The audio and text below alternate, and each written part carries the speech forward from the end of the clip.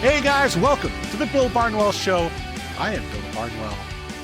Oh boy, sometimes you book a guest on the right day at the right time.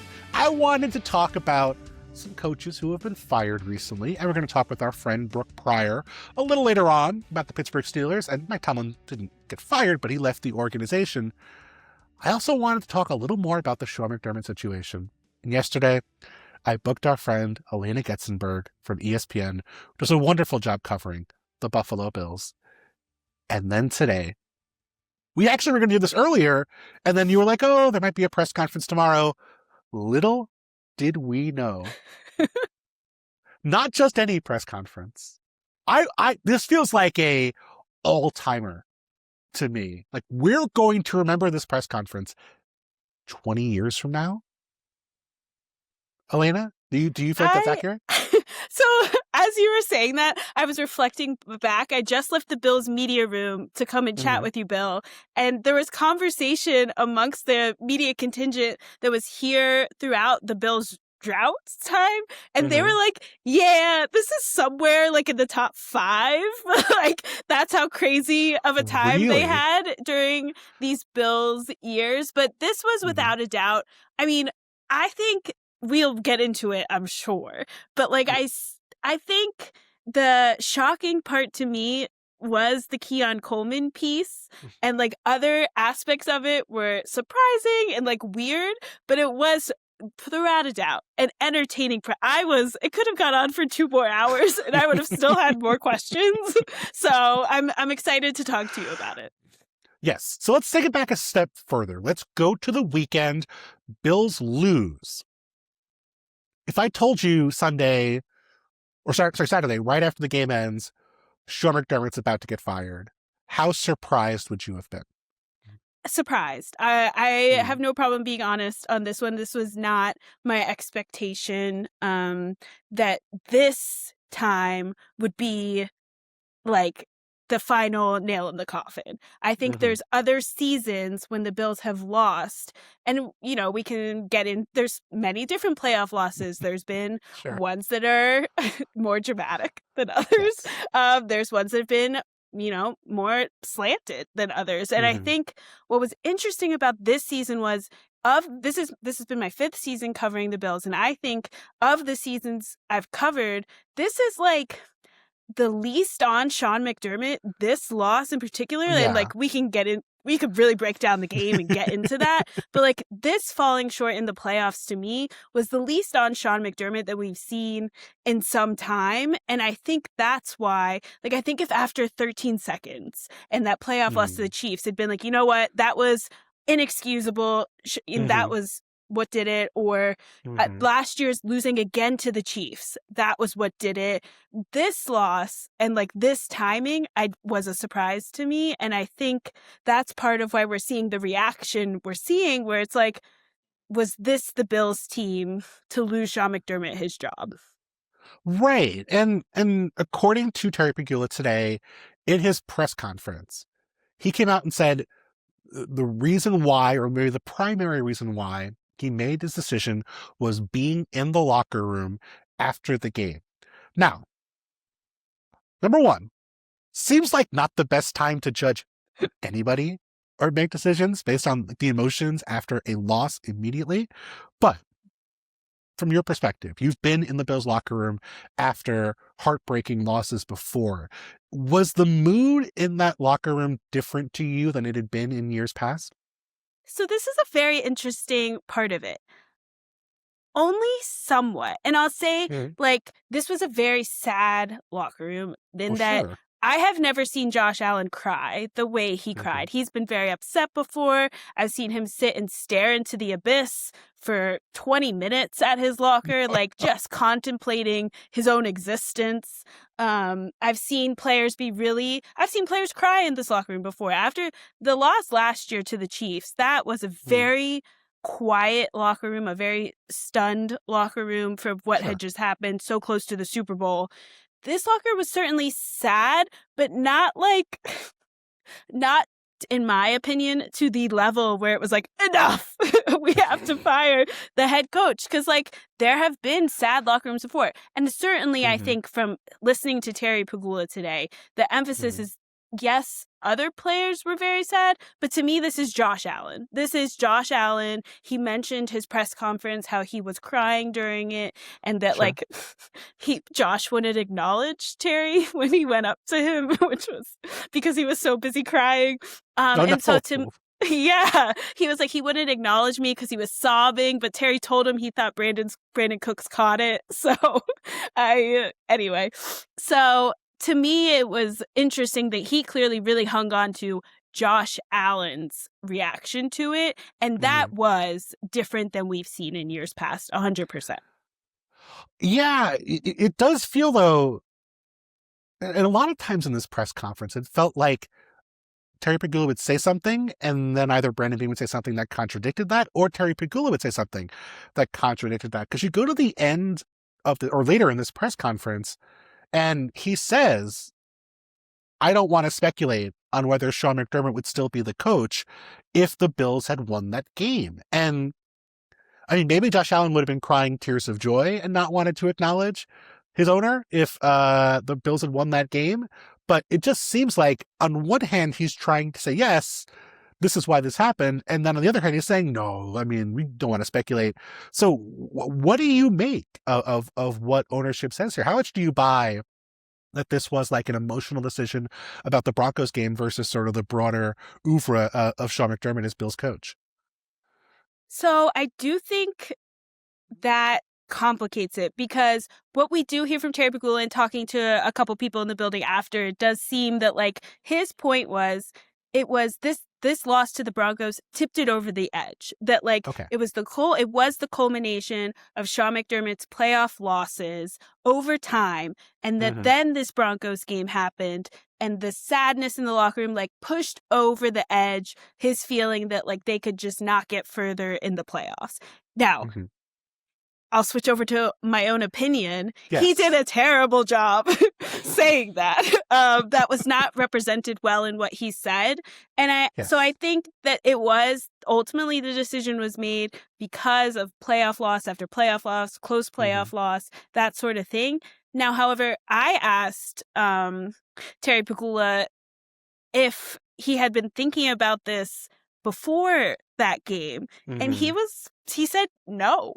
He was like, no, it was really that locker room. And I think that's where the concern should come in, and that he basically did say it was an emotional decision. And yes, those playoff losses in the past were taken into account, but this was like a Saturday night decision.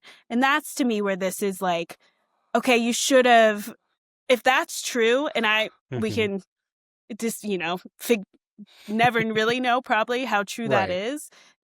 That's concerning, and that's not how you should fire your head coach of 9 years.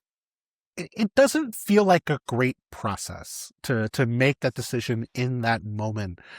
And that's what really struck me that was so dramatic about this press conference, is that if this had happened Saturday night and Terry Pegula and Brandon Beane come out in a press conference Saturday night and they're super emotional, even Sunday morning, if they're super emotional and saying stuff, okay, like the hurt is still fresh. I can understand being dramatic about the situation and making a dramatic decision.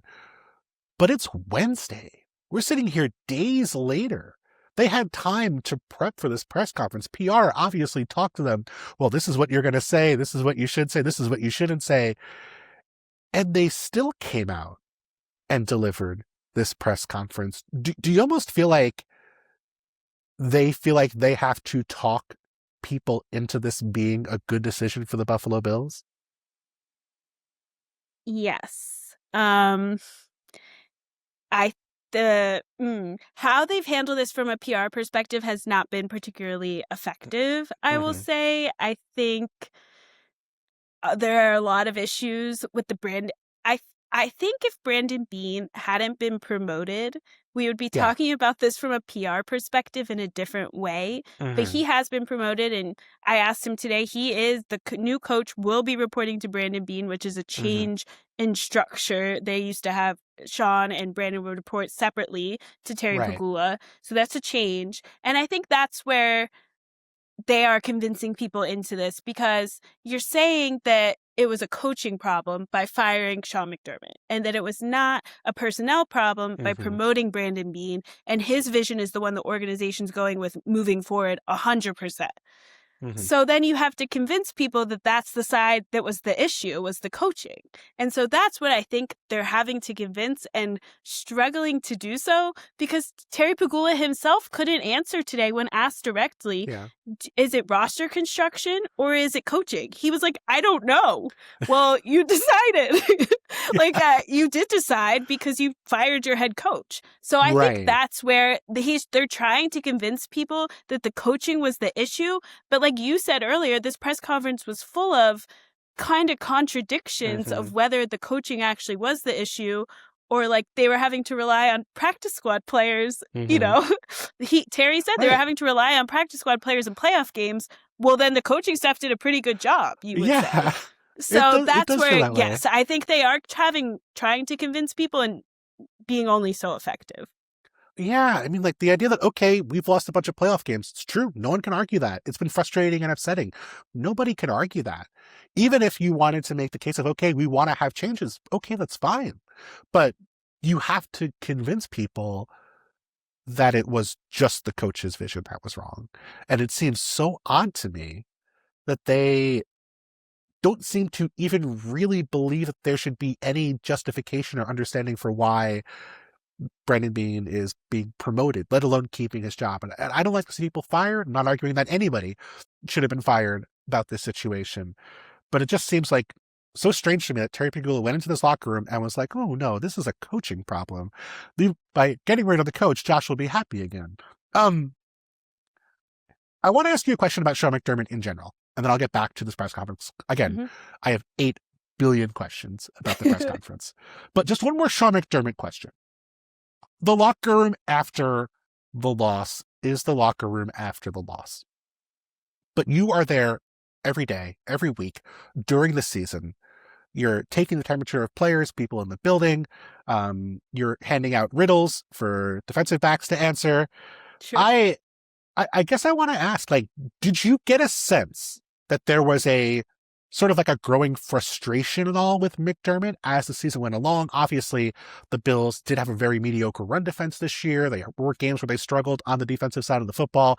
They did give up a bunch of points in that loss, had an opportunity to close the game out in the fourth quarter with the defensive stop and weren't able to do it.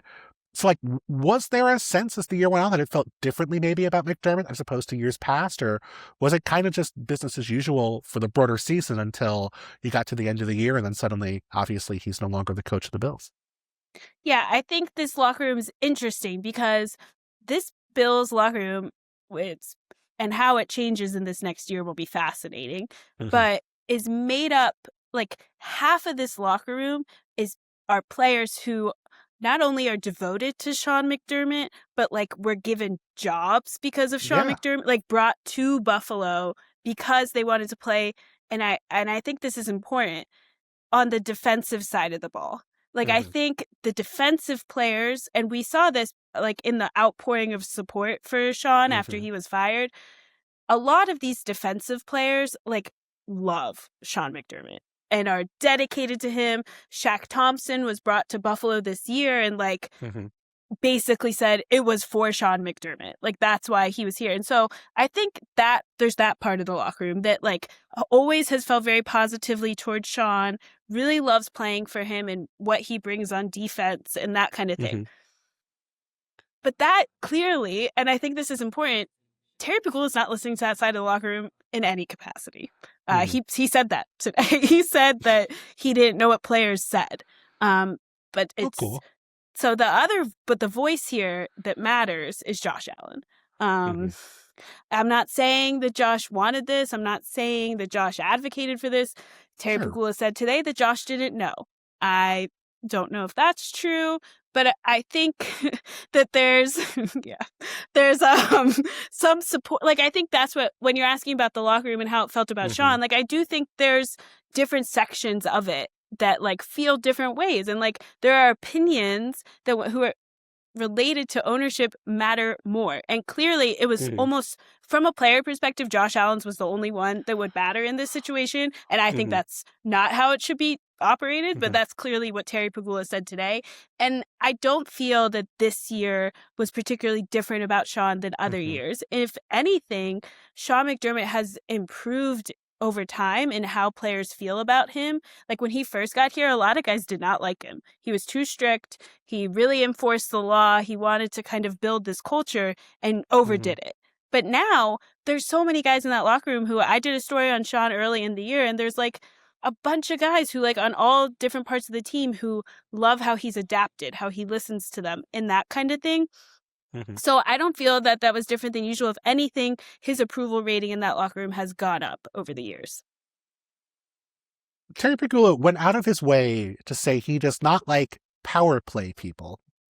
And I'm not saying there was a power play, but there have been reports in Buffalo that there was a meeting late in the year between Sean McDermott, Terry Pegula, and Brandon Beane, where Sean McDermott told the other two what he felt about maybe the roster and how it had been constructed and where they were.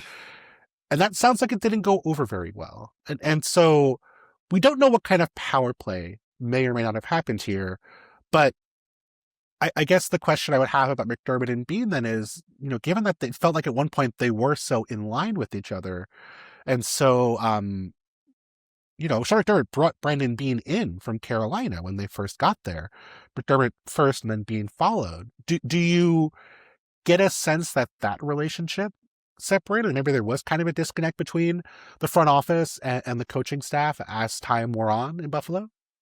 Certainly. And I think that was actually evident from a public perspective in some of Sean McDermott's press conferences later in the year. This was actually brought up today during the press conference, but the whole Darius Slay situation became way more of a thing than it needed to be. But Sean McDermott multiple times in press conferences would reference how they were missing a cornerback, and that this was related to Brandon Beane deciding to try and bring in Darius Slay and losing a lovely human being in Jamarcus Ingram in the process. And also this came up when Sean McDermott was previewing playing the Jacksonville Jaguars. He basically said, you know, look at this move Jacksonville did. They brought in Jacoby Myers. What an insightful wide receiver move, paraphrasing. And so I think there were signs of, you know, a disconnect there from a public perspective. And certainly it did not, you know, that kind of copacetic one line kind of thing certainly seems like it wasn't quite where it was at the beginning, certainly towards the end. And I think, you know, this doesn't happen if everyone's all in line and kumbaya and all this kind of thing. But, you know, there's also the idea that they weren't always, I think making it into a just this year thing, though, is overestimating it, and that this didn't happen. Oh, this year there was this big thing all of a sudden. You know, this is something that happened over time. Yeah, and Brandon Beane was very transparent, actually shockingly transparent at the trade deadline, where he was even saying, I'm shocked we didn't go out and get a playmaker at the trade deadline. And I was like, kind of feels like maybe you were the one who could have made that happen. Like, it just seemed, it seemed very strange to me. And like, you could even make the case, hey, it wasn't the best thing for them to do. They trade for Amari Cooper last year at the trade deadline. That move doesn't work out. It cost them a draft pick. It would have been easy for them to say, you know what, just best for the team that we didn't go in that direction, like our guys. Nothing wrong with that. Okay.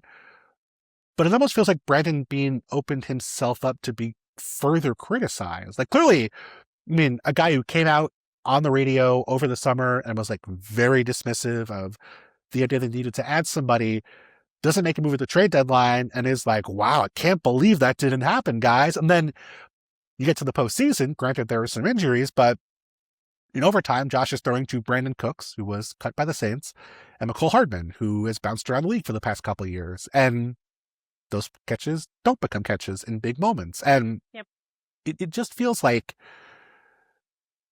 I'm just more and more shocked the more I think about it, that if you were going to pick one, Beane would be the one you would have picked to stay. And I guess the question is, Do you feel like this is just a product of Brandon Beane having drafted Josh Allen? Like, is it sort of like the halo effect of having drafted Josh Allen all those years ago? I do think that has an impact. Absolutely. Terry Pagula brought that up unprompted today, that if not for Brandon Beane, per him, Josh Allen would not be here. That's how long can a general manager hang his hat on making a, without a doubt, fantastic draft pick. Good pick. That has worked out thanks to the development of Josh Allen along the way, certainly. Seems like it helped. Yes. So certainly Brandon selecting Josh Allen has had an impact here. I think Brandon Beane having Terry Pagula's ear a bit more than Sean McDermott has an impact here.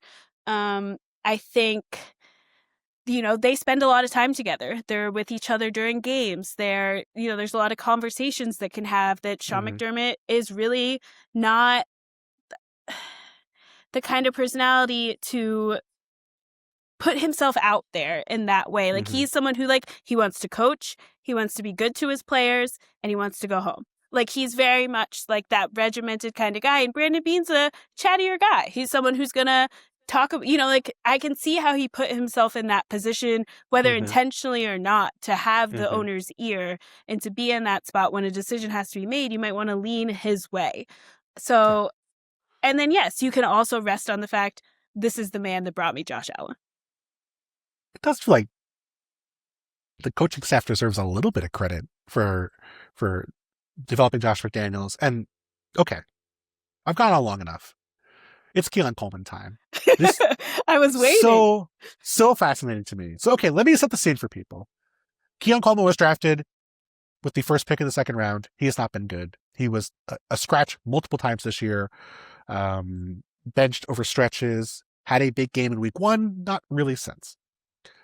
So Terry Pagula said the coaching staff they pushed to pick Keon Coleman, and that Brandon Beane was a quote-unquote team player for going along with it and drafting Keon Coleman.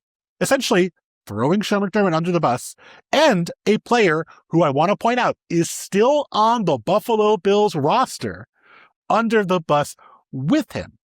But, Alaina, we have video, it's posted online, of Brandon Beane excited, celebrating that Keon Coleman ran a slow 40 time. And as a result, the Buffalo Bills would be more likely to be lucky enough to draft Keon Coleman, which they did. And I guess to his credit, strangely, after Terry Pagula said all this, Brandon Beane then came out in the press conference and said, that's my pick. Like, I'm the one who wanted Keon Coleman. I drafted Keon Coleman.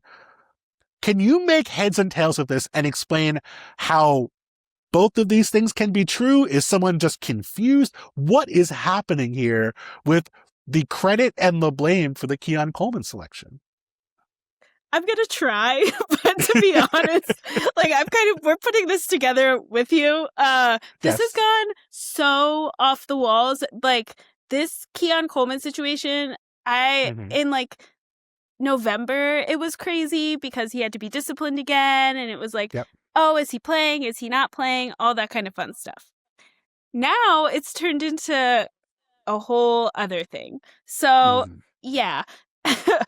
What it comes down to is Terry Pagula clearly felt the need in this press conference several times to defend Brandon Beane, to defend why he was keeping him and that kind of thing. So when wide receiver was brought up, he, unprompted, describes what you were saying, how this Keon Coleman pick came to be.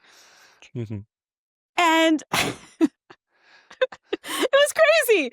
Of course. I think it falls somewhere in the middle, probably, where the coaching staff certainly had a heavy involvement in saying who they would like to draft and that kind of thing. And that Brandon Beane still has to be on the same page as the general manager to make the selection. So the idea that Brandon Beane was forced to draft Keon Coleman, it seems wrong.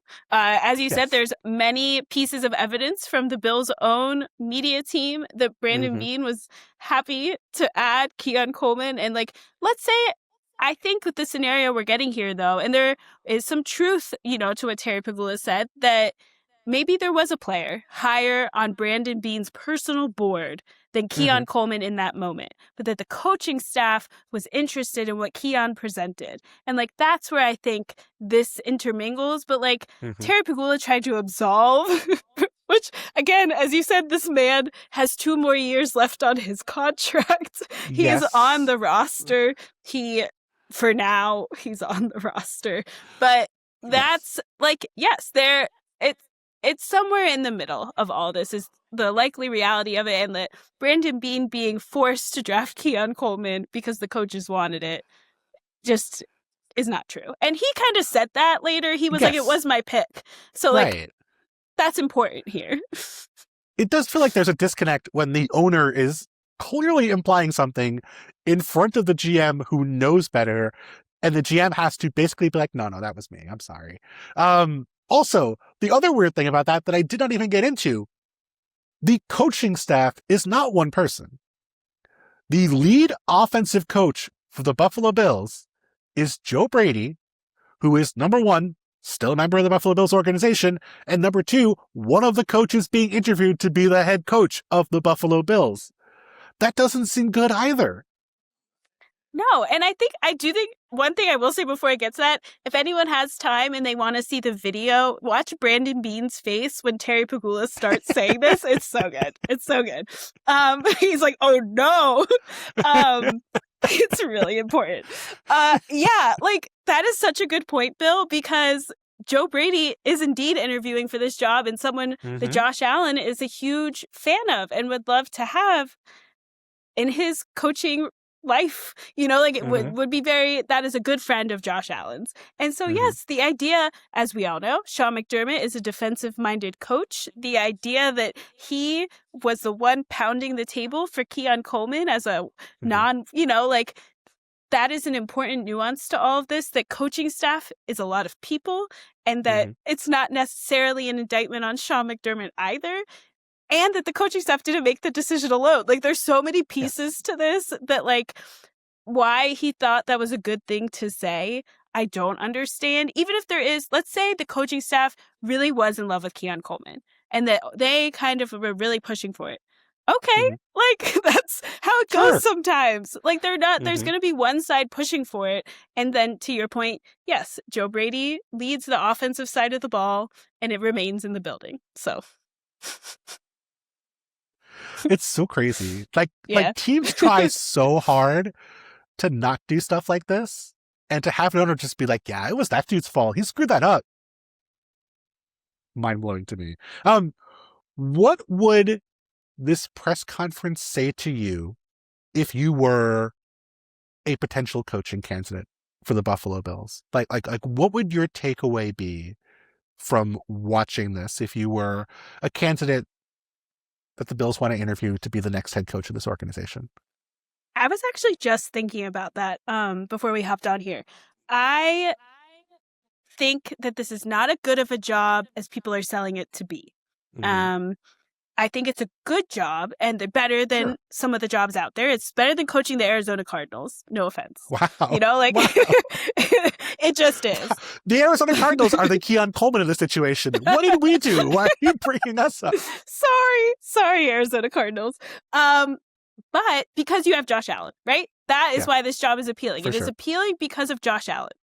And I'm not sure, it's a good roster, but there are a lot of questions this roster needs to answer this offseason, and not a lot of money and draft picks to do that with. They're not overflowing with resources this offseason. And they, don't have starters at many defensive positions, 2 offensive line. We could go down, the offensive line needs a shake up or money put into it, something. There's a lot of questions. And then I think on top of that, watching this press conference would personally make me less interested in the job for a couple of reasons. First of all, Terry Pegula said it wasn't Super Bowl or bust next season. Man, you got to win a lot of games. You know, if you got to get to where McDermott got or better. And that's the expectation here now. And Josh Allen is turning 30 in May. He only has so many seasons. So if you're saying oh, it's okay if you're not good next year, not really. He doesn't have that many years to play with. So that's a lot of pressure. That is a lot of pressure. the other part of it is you are working for Brandon Beane. You know, Yes. you are not running the ship here. This is, Brandon Beane said it's going to be like a marriage. Mm, you're reporting to him, so it's not really. So I think It's like a there's marriage not where autonomy. you can talk to another person if you want to get a divorce, and they'll be like, "Oh, it's not your fault. It's okay," and then the other person will have to leave the house. Yep. So I think it's an interesting job, and like Josh Allen makes it exciting, and there's certainly things to like about this roster and this organization and what, Brandon Beane has been a huge part in building. But man, it is a job full of pressure and question marks, and I think whoever takes it, I wish them, it's a tough spot to be in. So I do think today, from just being there and listening to it, I think it got a little less appealing. If Josh Allen starts crying, you're going to be really stressed. So pretty much you have to hide Josh Allen the moment he starts crying from ownership. There's like a disconnect here. You'll see people say stuff like, well, there's only 32 jobs out there. That's true. The Bills are going to get a coach. It's not like there's not going to be any coach for the Buffalo Bills. I think they'll probably get a decent coach as well. But when you think about coaches who have multiple options out there, coaches who are going to have multiple job offers, Josh Allen's going to be a big plus. But like you said, the expectations, the veteran nature of the roster, an ownership group that has not been desperate to spend a ton of money. Obviously, a new stadium coming in might change things, but there's going to be some financial impact from, having to build this stadium. And like you said, a roster that we know is going to be Brandon Beane's, for better or worse. And for all the question marks they already have about that roster, that's the roster with Sean McDermott. There's a very decent chance, like the defense, the players who are on the defense right now, they might not be as good without Sean McDermott in the fold. Sean McDermott is a really good defensive coach. We saw a lot of players who had success in Buffalo, Jordan Phillips, Tre'Davious White, not have the same success elsewhere after leaving Buffalo. And so it's going to be a really difficult situation. The expectation's so high. And like you said, for a quarterback who's still incredibly talented, but we saw him banged up throughout the year. Now he's had the wrong side of 30. It's going to be a very difficult situation to hit the way Bills fans and Bills ownership want this new coach to hit it from the ground running as well. Yeah. And I think the other piece of this is just that the timeline on this is like, you want a new coach to come in, and like you said, like, there's a new stadium, there's all these things happening, and they're not going to have the grace period that a new head coach would want, which I think it'll be very interesting to see if they hire a first-time head coach or someone who has that experience, like a Brian Daboll, Western New York native, because you need someone who's not learning things from scratch in this scenario. That to me will be fascinating. Or are you hiring a friend of Josh? I think that's where, who they hire, I think will be very telling. And it's going to just be a situation that, either you're putting an experienced coach in and that'll help, or you're throwing someone overboard, basically. Yes, lots of throwing happening. Throwing under the bus, throwing overboard. This ownership group, happy to throw. It does feel like, at the end of the day to me, and you can please correct me if I'm wrong, it does feel like if we were to sit here 2 months from now and be like, okay, this is what really mattered to the Bills when they hired their next head coach, it does feel like friend of Josh, or Josh approved, or coach that makes Josh happier than the current coach is going to be the most important role. And that's not to say that Josh Allen didn't like Sean McDermott, but just a coach who makes Josh Allen's life easier feels like it's going to be a really essential part of this head coach hiring process. Yeah, and to that point, they said Josh Allen will have input in this coaching process and will be involved. So that's, I think, a huge key to this, because that's them. Again, Terry Pegula really cares what Josh Allen thinks. And so I think we'll see that in whoever they pick for the head coach. It's going to be really interesting. Still so much more happening in Buffalo in the weeks to come. Alaina, where can people check out your coverage of Bills news as it breaks, all the press conferences to come, I feel like it's going to be a really big audience for any Bills press conference in the future until it's proven that they're not going to be as fun as this one that happened today. I know. I feel like I didn't realize how many people were like watching along with us until like I was like, oh, this is really being talked about on the internet right now. So I'm at A Getzenberg on all social media platforms, ESPN.com, every now and then on ESPN. Not as much as my good friend Bill Barnwell, though. So not as much either of us as our good friend Brooke Pryor, who's going to be with us in a second. That's true. Talking TV about the star. Mike Tomlin situation. Television personality. Brooke Pryor. Occasionally, she deigns to share some excellent writing with us. Yes. We're going to talk to Brooke in a second. But Alaina, thank you so much for joining us on a very exciting day in Western New York. Oh, thanks for having me, Bill. My honor. All right, back here on the Bill Barnwell Show, and our one of talking with beat writers about fired NFL coaches continues. Not exactly the same level of disastrous press conference surrounding this decision. This coach also made the decision himself, which perhaps may inform the fact that it did not lead to a press conference as disastrous as the Buffalo Bills press conference from earlier today. But joining us to talk about what happened with Mike Tomlin in Pittsburgh towards the end, maybe what happens next, is our friend who does a great job covering the Steelers and the NFL for us on the whole on ESPN.com. It's Brooke Pryor. Brooke, are you jealous that you did not get to be a part of the Terry Pegula and Brandon Beane show? A little bit, yeah. I love Bravo reality shows. I love the TLC reality shows. Sure. Like, the messier, the better. And when I started seeing the tweets of the Bills presser and I saw how insane some of the quotes were, I pulled up that live feed so fast. And then I thought back to the presser that happened in Pittsburgh a week ago with Art Rooney II. And the wildest thing he said was, I don't know why anyone would waste a year of their lives not trying to contend. And we thought that was kind of spicy because he talked about wasting a year of your life and contending out of the gate. But like that was as exciting as it got. That was not popcorn worthy, unfortunately. Or maybe fortunately for the Steelers organization, unfortunately for me who enjoys messiness. No one got arrested.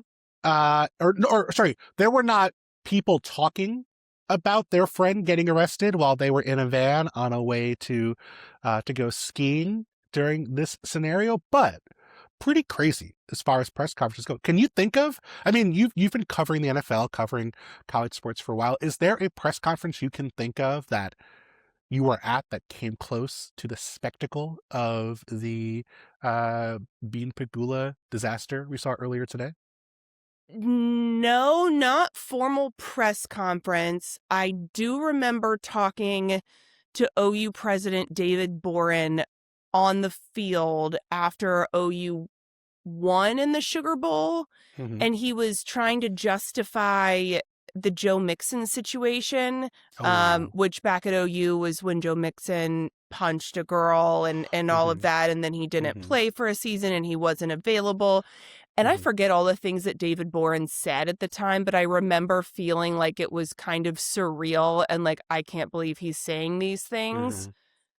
Outside of that, though, I don't know that I've been in very many like truly unhinged press conferences. I've been in uncomfortable ones. I've been in like somewhat explosive ones, but never ones that I don't know what I would have done in the room other than just like have to look straight ahead, because I think if I looked around and like caught anybody else's eye, I don't have a good poker face. Everyone in there would know exactly what I was thinking. So I would just have to lock in on Brandon Beane and Terry Pegula and just try to be as professional as possible. Well, that is the professional in you, Brooke Pryor. I don't know that even if looking at them, I would have had that in me myself. But you cover a team that, at least on the surface, has things more together than the Buffalo Bills, which I would not maybe have said a month ago or 2 months ago. But we are sitting here now, a little over a week after Mike Tomlin's decision to leave the Pittsburgh Steelers, a really dramatic 24-hour period. The Steelers lose in think it's fair to say, comprehensive fashion to the Houston Texans at home in the postseason. We have a Mike Tomlin press conference afterwards. We have Mike Tomlin then the next day telling the team he's resigning. There's tears. There's jerseys being signed. You wrote an excellent piece with our Jeremy Fowler covering everything that went down over that period. And so I guess I want to start with sort of after the law. Or no, let's go even further. I mean, heading into the postseason, heading into week 18, where they were playing basically kind of a playoff game against the Baltimore Ravens, where if they win, they got in. If they lost, they were going to be out of the postseason. And then going into a game against the Texans, was your spidey sense tingling? Like, was there a sense of if they lose or when they lose, this is going to be it for the longest tenured coach in football? Yeah, I would say to peel back the curtain of, how we prepare for things and just gut feelings and also talking to people on the ground. Going into that Week 18 game against the Ravens, I started to pre-write a piece of, a version of Mike Tomlin being fired, a version of Mike Tomlin walking away, to kind of get that ready in case it were to happen. Obviously, put some X's in there to fill in the blank later, but, just getting on paper his tenure Is that what down you and put kind in? of what happened. Are you just I know when I'm writing an article and I have to update it later, I just put 20 X's. Do you do the same thing? Yes. I'm a big proponent of the all caps X. Yes. Yes. Because it catches great. your eye. It's easy to see, because if you just write gibberish, yes. odds are that I would accidentally publish the gibberish, but I would know not to publish the X. So, Lauren Ipsum, I'm in trouble. I'm I must have been really on one last night when I was writing. This Latin, I forgot I knew. Let's just run it. Exactly. So, yes, I'm a big proponent of the X's. So I had a bunch of pre-written X news stories because it did feel like that Ravens game, because of just how things had been trending that season. The loss in Cleveland was pretty inexplicable, but also explicable. Is that... It felt like explicable, inexplicable. Are those? Do we use those? But it felt like that was a signature Tomlin loss in a way that he has had those frustrating losses every season. That one felt especially frustrating because they had the opportunity to clinch the AFC North, rest everybody against the Ravens, get into the playoffs easily, and we're not just white knuckling it into the last week of the regular season. And so it did feel like that there was this inflection point for not only the Steelers, but also the Ravens. And so that game, I was sitting in the press box next to Jason Reed, a columnist at ESPN who is incredible. And both of us, the last 2 minutes of that game were just, I don't know how many breaths I took, but it wasn't enough because I was so stressed and it felt like, okay, if the Steelers lose, everything is going to get turned on its head. We're going to have to write different stories. That locker room's going to be terrible. The press conference is going to be a nightmare. I'm going to have to be up early, prepare for a resignation or a firing. And when they gutted it out and won, I exhaled. But what I told people was it felt like it was like a stay of execution. Yeah. It didn't necessarily mean that he was safe and that he was definitely going to come back the next year, because we had been hearing rumblings for a couple weeks that he could walk away. And it didn't feel like that win was one where, okay, it completely takes it off the table. It felt like, okay, I think it still kind of matters what happens in this Houston game. And even I think if they had lost that game in a different way, maybe he doesn't walk away. I think his mind was probably made up and he's 90% probably still walking away, but I don't think it would feel the same because, like you said, it was a comprehensive loss, but it was also this second half collapse because the score was 7-6 at halftime. Yeah. It should not have been 7-6. The Texans were outplaying the Steelers. The Steelers just couldn't do anything offensively, which we've seen so many times over the last couple of seasons. But it felt like this was a winnable game for them. And then the second half, the wheels fell off and rolled all the way into the river and have now floated to the Atlantic Ocean or whatever direction the river here flows. But it felt like there was a change. And the press conference after that playoff loss, I asked Mike Tomlin how would he approach making a decision about his future, because I have had the experience in the last 3 seasons ago, Mm-hmm.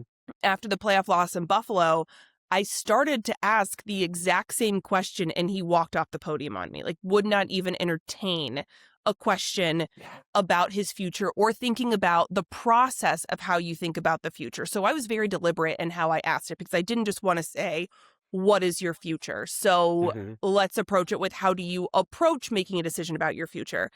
And instead of walking off the podium this time, he said, I'm not even in that mindset as I sit Mm-hmm. here tonight. I'm thinking about how we lost the game. I'm not in a big picture mindset.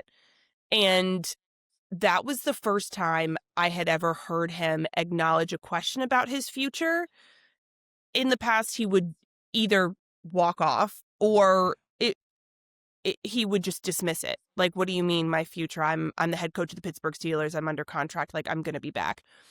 And my spidey senses tingled on that one. And then I got a text from a former player the next morning who was asking me what I thought was going to happen. And Mm-hmm. I said, well, what do you think is going to happen as someone who knows him far better than I do? Yeah. And he told me that is the first time I have ever heard him not be concretely part of the Steelers' plans in his own words. And so once he said that, I thought, okay, I'm not crazy. Like something is happening. And then it was a couple hours after that I got the call that it was probably going down. We go into locker room and Mm-hmm. it's tough to be a beat writer in those circumstances, right? Because Of I'm course. very aware of what I'm walking into, the information that I have Mm-hmm. that I'm going to guess the guys in the locker room don't know because this is Mm-hmm. so seismic. And even if they thought maybe this could happen, they don't know for sure. Their Right. meeting with Mike Tomlin was scheduled for 2 p.m. and we were in the locker room from 1 to 1:45. Mm-hmm. It's not my place in that moment to go up to a player and say, hey, I heard that your coach who you love and would go to Yeah. battle Of for is going to course. tell you in 15 minutes that he's walking away. What do you think? Right. Like, that's absolutely not my place.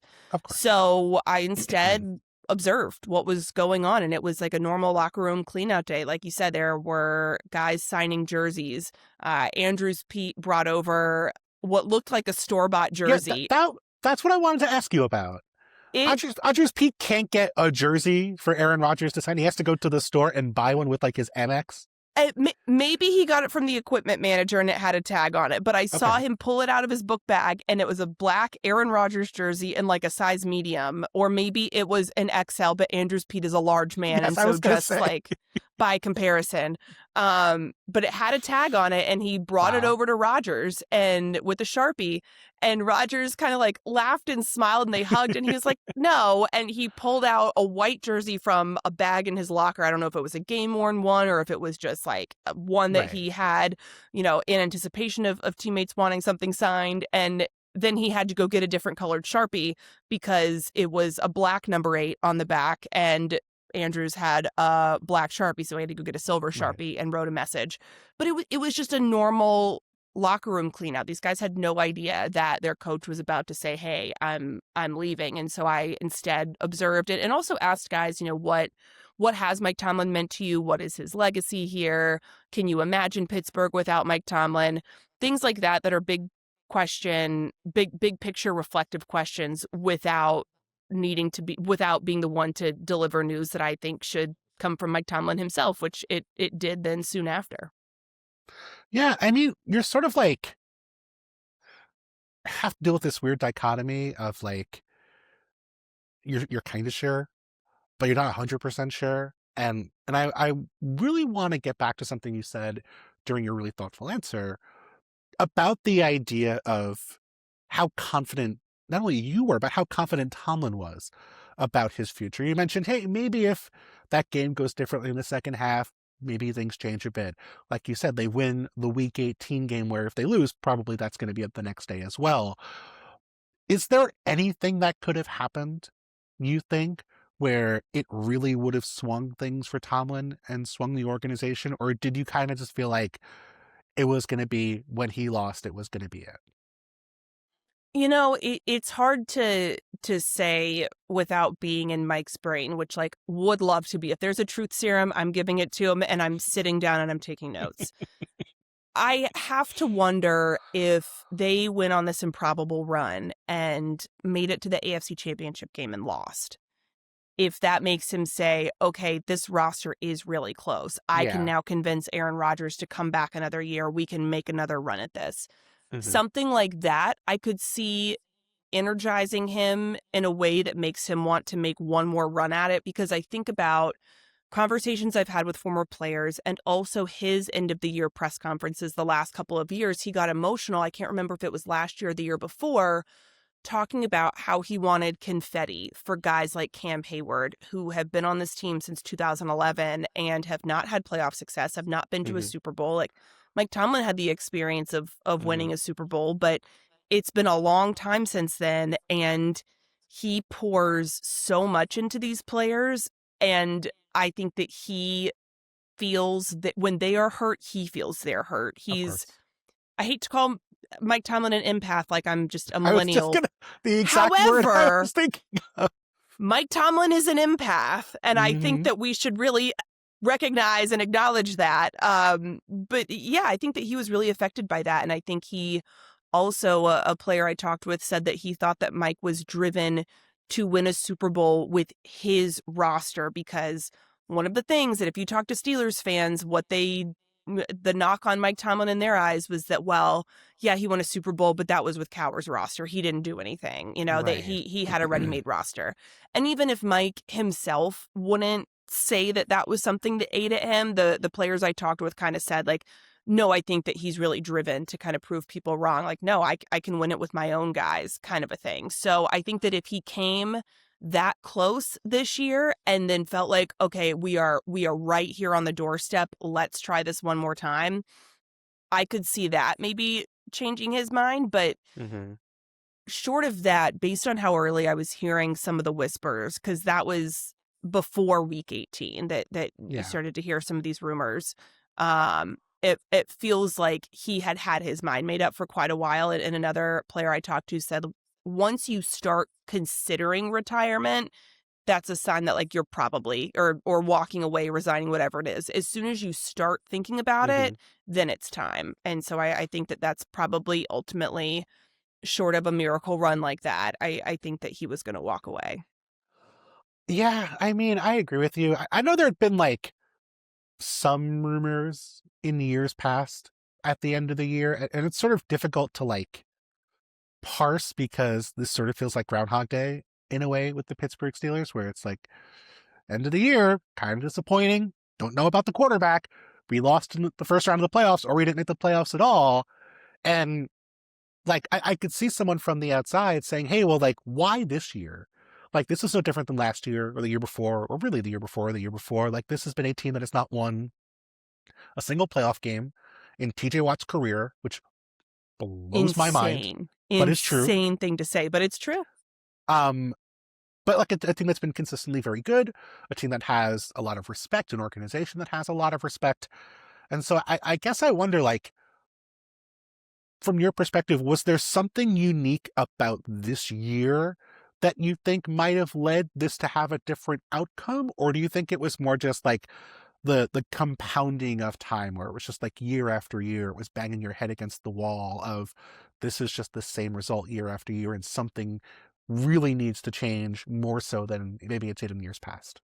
I think that's a really good question. And I think that it's a little bit of both. I think that, yes, it was a thing that built up a compounding of things. But I also think a big factor is that his kids are out of the house. His daughter is a freshman at Georgia. He has no kids in high school here anymore. So there's nothing really tying him to Pittsburgh other than he was here for 19 years. I also think going back to training camp and the acquisitions they made over the summer, you can debate whether or not they were all in with some of the moves they made, or if they were just all in to try to win a playoff game. I tend to lean more toward they were just trying to change up the way they had been doing things in an effort to win a playoff game. I wouldn't say they were all in to win a Super Bowl. I don't think that there was that level of, I hate to say delusion, but I think they were realistic about the moves they were making. But I do think that Mike felt very confident that the moves they were making were going to be the answers, that doing things like bringing in Darius Slay and Jalen Ramsey, and all of those, because he was so excited and so adamant in training camp about, we've got these matchup corners, we've got a slot corner, we can play man with anybody. Like, this is the thing that's been missing. And I almost wonder if, to me, that Cincinnati game on Thursday night where Joe Flacco absolutely torched them, I wonder if, and I this is pure speculation on my part, but is that the moment where he was like, I have tried everything and it's still not working. Like, I felt so good about this. I have finally gotten the guys that I think can match up with Jamar Chase and T. Higgins. And this is how we're going to compete in the NFL in the year 2025. And then Joe Flacco comes out and absolutely torches a scheme that he has seen numerous times because the Steelers had not evolved it, and also was torching old corners because Mike Tomlin had and has had a habit of acquiring his draft crushes years after, maybe not years plural, but past their primes. I mean, on the back end of their careers. And so I almost feel like that was a moment of, okay, I not to say I give up, but like, what else can I do to break out of this rut? And at that point, it kind of felt like, okay, well, something significant has to shift. If you have changed how you're doing things as much as you're willing to, and it's still not working, maybe it's time to walk away. Yeah, you mentioned, I mean, Darius Slay, who was cut by the end of the year, Jalen Ramsey, who was moved to safety. They trade for Kyle Duggar in midseason. Years past, they bring in Joe Hayden in free agency. They bring in Patrick Peterson in free agency. Like, if you're a Pro Bowl cornerback in his early to mid 30s, you knew the Steelers were going to give you a nice, warm home.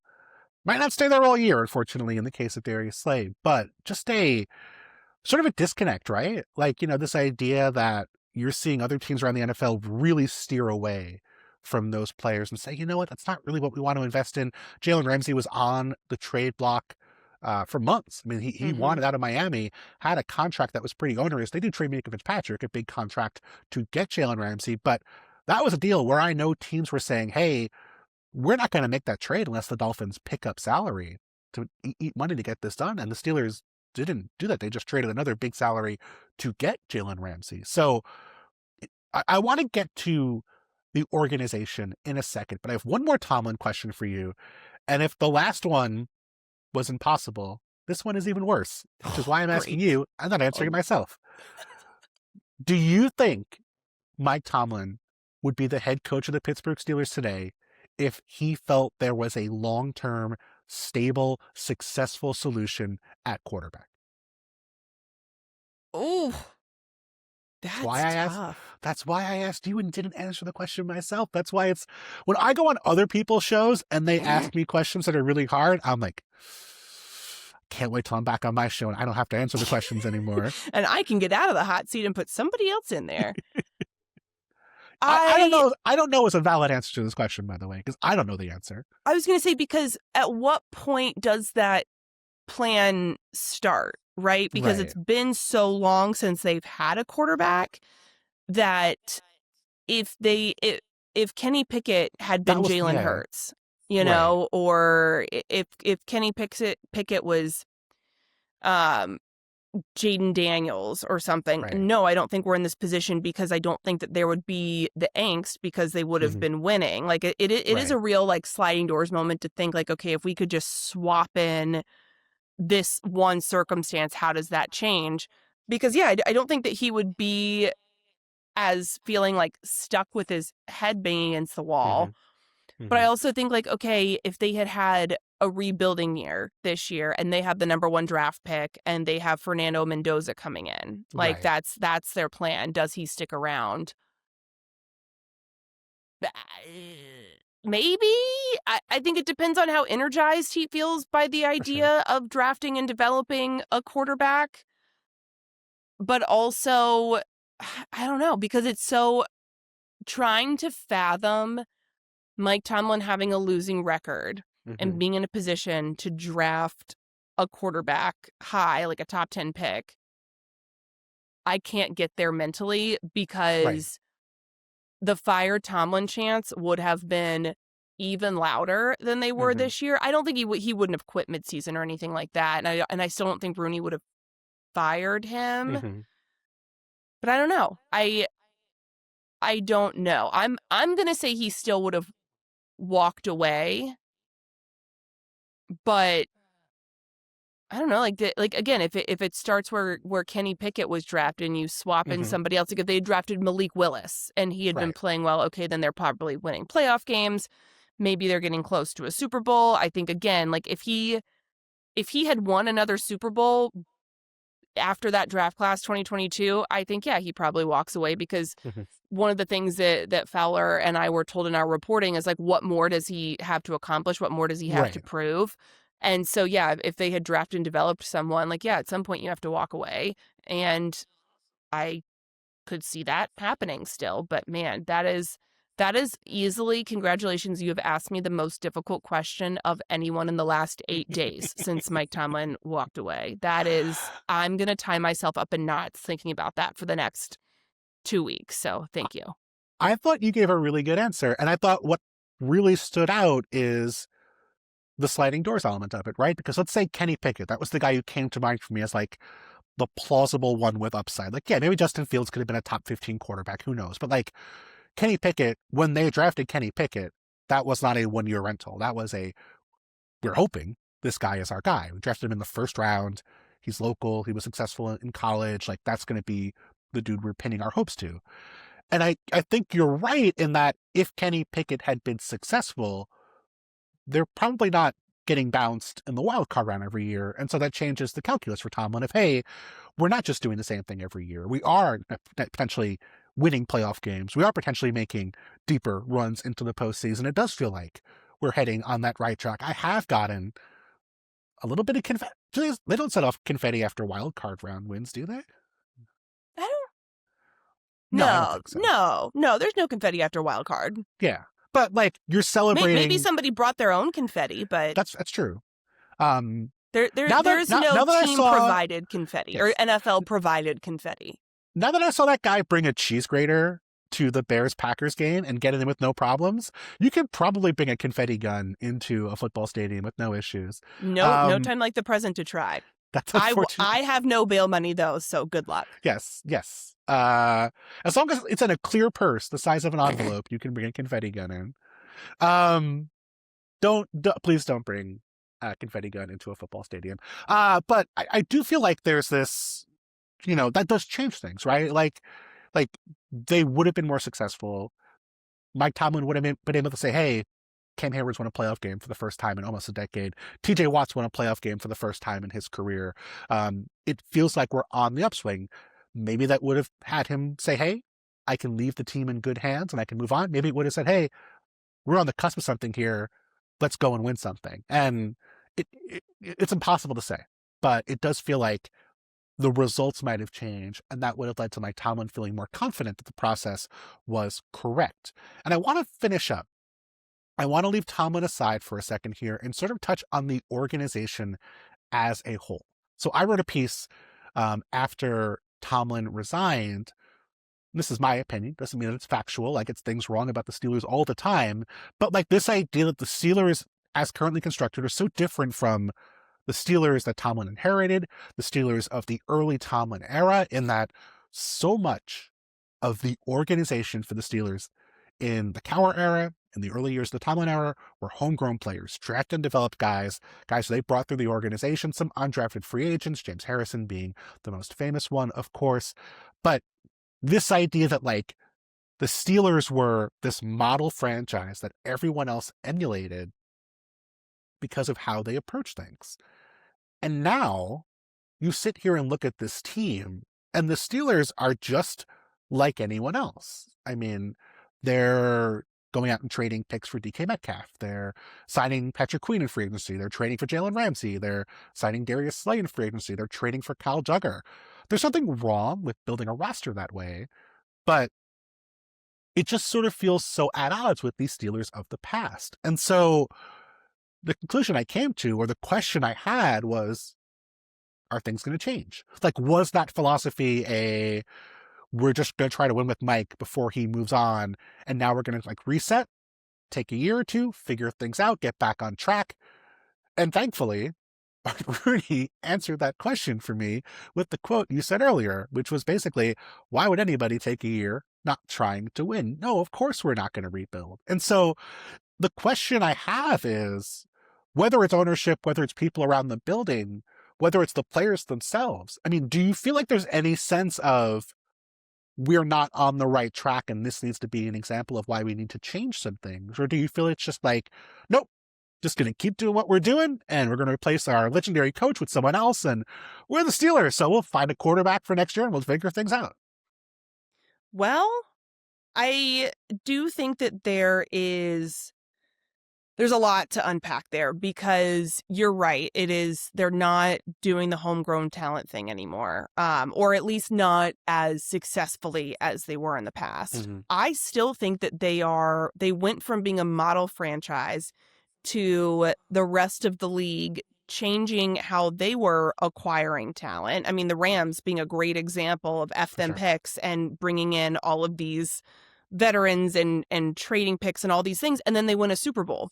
The Steelers, even though, yes, they have started to bring in outside free agents, when I started covering the Steelers in 2019, Steven Nelson was their highest paid outside free agent.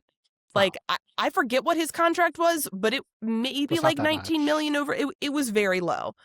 That has changed since then to guys like DK Metcalf and Jalen Ramsey and Minkah Fitzpatrick even. But I still think that they are behind the rest of the league in terms of being comfortable bringing in outside talent and paying outside talent that they didn't draft. And I do think that there's almost this identity crisis of, we're the Steelers, we should be able to draft and develop, but also we need to adapt how we're doing things to keep up with the rest of the league. I mean, I will never forget Mike Tomlin at owners meetings in, I believe it was Palm Beach, saying, I can't remember if I asked him about bringing in outside free agents, or there was some question about doing something because that's how the rest of the league was doing something, or do you look at what the rest of the league is doing? And he said, I don't pay attention to the Joneses. We're not trying to keep up with the Joneses. And he wasn't talking specifically about Jerry Jones, but that's a good example. Yeah.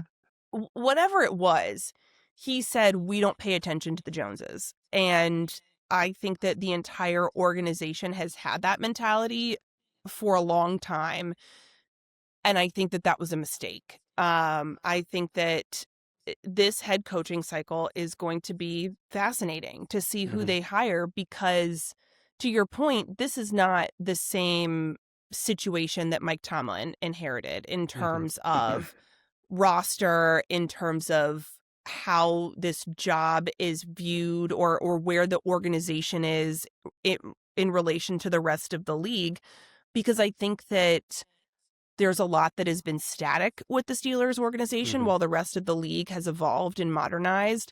That's something, actually, I have a piece coming out on Thursday about the obstacles that the Steelers organization faces and that the new head coach faces. And I had a source tell me that the Steelers, that whoever is interviewing for the job will be interviewing Steelers brass as much as Steelers brass is interviewing them, because there's some really real challenges that this next head coach is going to face. In 2024, the Steelers had the fewest assistant coaches outside of strength and conditioning, when you're just counting up like on field or like position assistants, quality control, those people. They had 18. It's tied with the Colts for the fewest. The average was 23 assistants. And when I asked Art Rooney about it, he was like, well, that we don't need to have that many coaches. Like that's a Mike thing, but also Art Rooney wasn't banging down his door saying, please, I want to pay more people.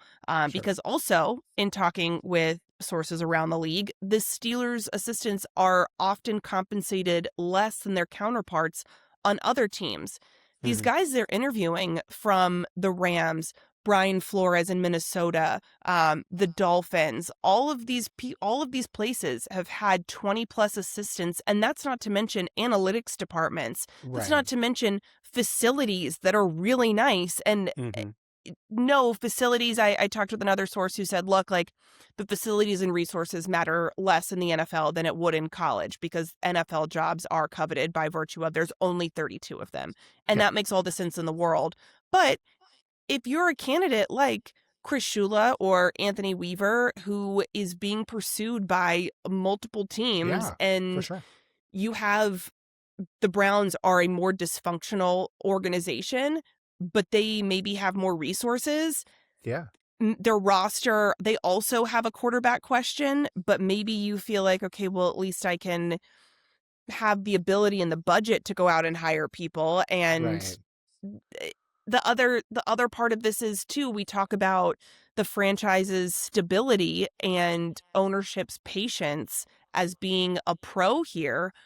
However, yes, there's only been 3 head coaches since 1969, and ownership was quote unquote patient because of that. But all of those coaches won right off the bat.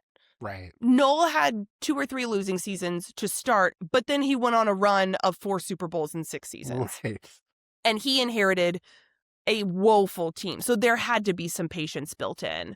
Yeah. When the owner comes out in the press conference and says, I don't believe in a rebuild, we need to contend every year, that tells me he's not going to be very patient. So I don't know how much of stability and patience should be a pro when you're making a pros and cons list, because this is not, again, the Steelers when Daniel M. Rooney was the one that was making these hires. I just think that there are a lot of questions, and yes, you will have the brand and you will have the legacy and all of those things that coaches, I think, would find incredibly valuable. You have a fan base, you have all of these awesome things, but I do think that it is a little bit like stepping back in time. That's also why I think a candidate like Brian Flores should be especially attractive to the Steelers and a good fit because he spent a year on staff here. So he knows, he'll have an understanding of, this is what it was. I know what needs to happen to bring it into to 2026.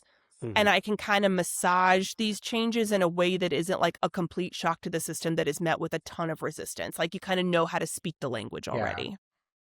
Yeah. I mean, you know, I'm the person where I'm like, okay, this is what the owners have done in the past. And the Steelers, of course, like you said, 3 hires total since 1969, all young defensive coaches, but different dudes making those hires over the course of 55 years. So fascinating few months ahead in Pittsburgh. Brooke, where can people check out your coverage of the new Steelers head coach and the changes they make this offseason? presumably another starting quarterback for you to cover?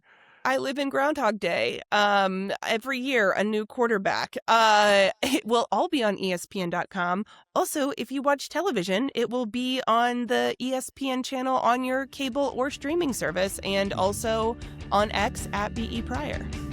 Awesome. Brooke, thank you so much. Thanks, Bill.